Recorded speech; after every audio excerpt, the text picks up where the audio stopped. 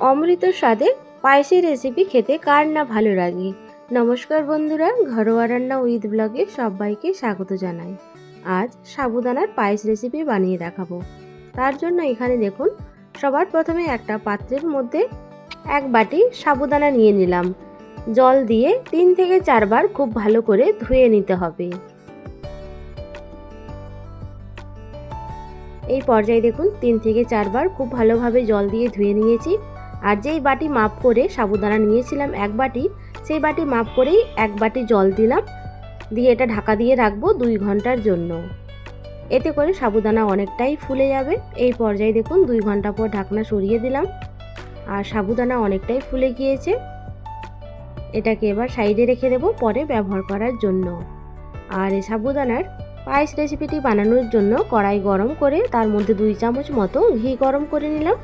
আর এর মধ্যে কিছুটা কাজু বাদাম দিয়ে দিলাম। দিয়ে দেওয়ার পর 2 মিনিটের জন্য এটা অনবরত নাড়াচাড়া করে হালকা লালচে কালার হয়ে আসা পর্যন্ত অপেক্ষা করব। এই পর্যায়ে দেখুন হালকা লালচে কালার হয়ে এলে কাজু বাদাম তুলে নেব। এটাকেও সাইডে রেখে দেব পরে ব্যবহার করার জন্য। আর কড়াইয়ের মধ্যে যেইটুকু ঘি রয়েছে তার মধ্যেই দিয়ে দিচ্ছি সাবুদানা।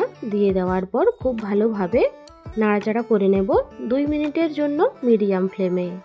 পায়েসের রেসিপি তো আপনারা অনেকে অনেক রকমভাবে বানিয়ে খেয়েছেন। একবার আমার মতো করে এই সাবুদানার পায়েস রেসিপিটি বানিয়ে দেখবেন, অসাধারণ লাগবে। 2 মিনিট মতো সাবুদানা নাড়াচাড়া করে নেওয়ার পর 500 ml দুধ দিয়ে দিলাম। দিয়ে দেওয়ার পর খুব ভালোভাবে নাড়াচাড়া করে নিচ্ছি। খুব ভালোভাবে নাড়াচাড়া করে নেওয়ার পর এটা ফুটে আসা পর্যন্ত অপেক্ষা করব। আর 5 থেকে 6 মিনিটের জন্য এটা ফুটিয়ে নেব। ফ্লেমটা থাকবে মিডিয়াম টু লো এর মাঝামাঝি। আর 6 মিনিটের মধ্যেই সাবুদানা খুব সুন্দরভাবে সেদ্ধ হয়ে যাবে। আর এটা যেহেতু 2 ঘন্টা ভিজিয়ে রেখেছিলাম, এতে করে সেদ্ধ হতে বেশি সময় লাগবে না। এরপর এর মধ্যে দিয়ে দিচ্ছি 2 চামচ চিনি। চিনির পরিমাণ আপনারা বাড়িয়ে বা কমিয়েও নিতে পারেন, বা চিনির পরিবর্তে আপনারা বাতাসাও ব্যবহার করতে পারেন। চিনি দিয়ে দেওয়ার পর খুব ভালোভাবে নাড়াচাড়া করে নিচ্ছি। আর সাবুদানাগুলো দেখুন ওপরে কি সুন্দর ভেসে এসছে। আর এই পর্যায়ে কিন্তু আগে থেকে ভেজে রাখা কাজু বাদাম দিয়ে দিচ্ছি। দিয়ে দেওয়ার পর খুব ভালোভাবে মিশিয়ে নিচ্ছি। খুব ভালোভাবে মিশিয়ে নেওয়ার পর এই পর্যায়ে গ্যাসের ফ্লেম অফ করে দেব। আর সাবুদানার পায়েস আপনারা চাইলে গরম গরমও পরিবেশন করতে পারেন। আমি এটা খুব ভালোভাবে ঠান্ডা করে নেব। ফ্লেম অফ করে দিয়ে এটাকে নামিয়ে খুব ভালো মতো করে ঠান্ডা করে নিতে হবে। এই পর্যায়ে দেখুন সাবুদানার পায়েস খুব সুন্দরভাবে ঠান্ডা হয়ে গিয়েছে। আর এটা এবারে পরিবেশন করে নেব। আর সেই পরিবেশনটাও আপনাদের সাথে শেয়ার করে নিচ্ছি। একটা পাত্রের মধ্যে সাবুদানার পায়েস নিয়ে নিচ্ছি। সাবুদানার এই পায়েস রেসিপিটি কতটা কম সময়ে বানিয়ে নেওয়া যায় তা আপনারা দেখে বুঝতেই পারছেন।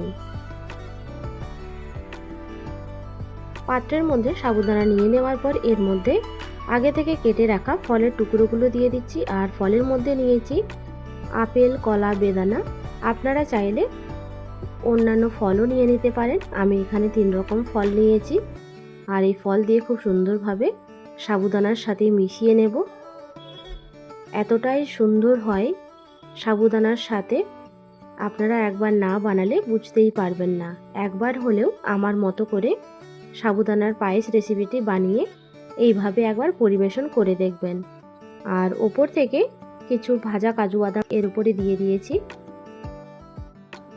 সাবুর পায়েস রেসিপিটি দেখতে যেমন সুন্দর, খেতে কিন্তু তার থেকে আরও বেশি সুন্দর হয়েছিল।